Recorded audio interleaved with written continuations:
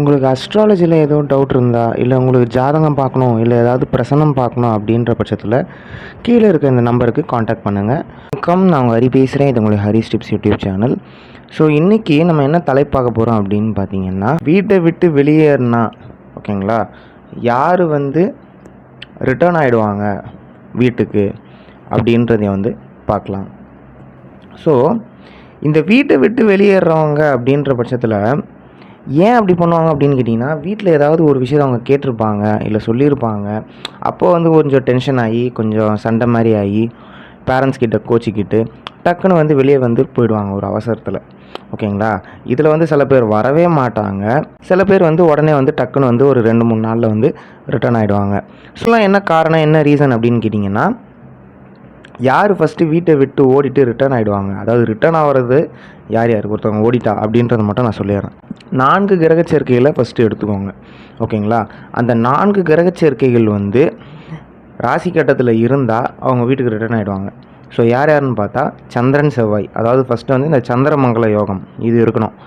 2வது குரு சந்திரன் யோகம், 3வது குரு செவ்வாய் யோகம், 4வது குரு சனி யோகம். ஸோ இந்த 4 கிரக சேர்க்கையின் யோகங்கள் என்ன பண்ணணும்னு கேட்டிங்கன்னா, ஜாதகர் என்னதான் கோச்சிட்டு வீட்டை விட்டு வெளியவே ஓடினாலும், அவர் வீட்டு மேலே பற்றே இல்லாமல், நான் இனிமேல் வீட்டிலே இருக்க மாட்டேன், இனிமேல் நான் வீட்டுக்கே வரமாட்டேன் அப்படின்னு சொல்லி கிளம்பி வெளியே போனாலும் ஓகேங்களா, அவங்க ஒரு 10 நாள் 15 நாளில் கண்டிப்பாக ரிட்டர்ன் ஆகிடும். மேக்ஸிமம் பார்த்திங்கன்னா இந்த குருச்சந்திர யோகம்லாம் வெளியே 4 நாள் தாங்காது.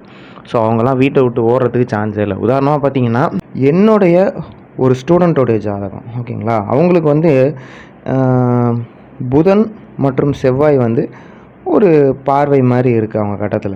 அவங்க என்ன பண்ணாங்க அப்படின்னு கேட்டிங்கன்னா, ஒரு இடத்துல போய் கட்டம் பார்த்துருக்காங்க, நீ இந்த மாதிரி ஓடி போயிடுவேன் அப்படின்ற மாதிரி சொல்லியிருக்காங்க, புதன் செவ்வாய் சேர்க்கை இருந்தோன்னே. ஆனால் அவங்களுக்கு ஜாதகத்தில் லக்னத்தில் பார்த்திங்கன்னா குருவும் சந்திரனும் இருக்கும். ஓகேங்களா, அப்போ நான் என்ன பலன் சொன்னேன்னா, இது மாதிரி நான் ஓடி போயிடுவேன் சார் வீட்டை விட்டு அப்படின்னு அவங்க கேட்க, சரி இந்த பாயிண்ட் ரூல் நமக்கு தெரியும் மோஸ்ட்டாக.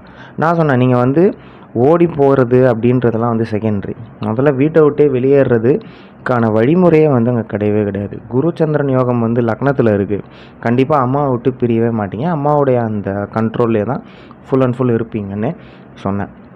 அதே மாதிரி இன்னொன்று என்னுடைய ஃப்ரெண்டு ஓகேங்களா, அவருக்கு பார்த்திங்கன்னா சந்திரனும் செவ்வாயும் ஒரே வீட்டிலே இருக்கும். பையன் வீட்டை விட்டு ஓடிட்டான் ஓகேங்களா, வீட்டை விட்டு ஓடிட்டான். ஆனால் ஓடிட்டு அவன் கரெக்டாக 2 நாள் கழித்து திரும்பி வந்துட்டான். அவனால் 2 டேஸ்க்கு மேலே வெளியே தாக்கு பிடிக்க முடியல.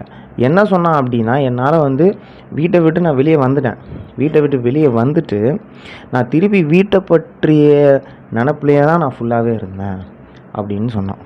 ஸோ இந்த சந்திரன் மற்றும் செவ்வாய் அப்படின்றது வீடு ஓகேங்களா. ஸோ அது என்ன பண்ணுது அப்படின்னு கேட்டிங்கன்னா, வீட்டை பற்றின நினப்பிலே இருந்து அவன் திருப்பி வீட்டுக்கு ரிட்டர்ன் ஆகிட்டான். ஒருவேளை குருச்சந்திரன் சேர்க்கை இருக்கவங்க ஓடினாங்க அப்படின்னா, அம்மாவை பற்றின நினப்பிலே இருந்து திருப்பி வீட்டுக்கு ரிட்டர்ன் ஆகிடுவாங்க. இது 2வது.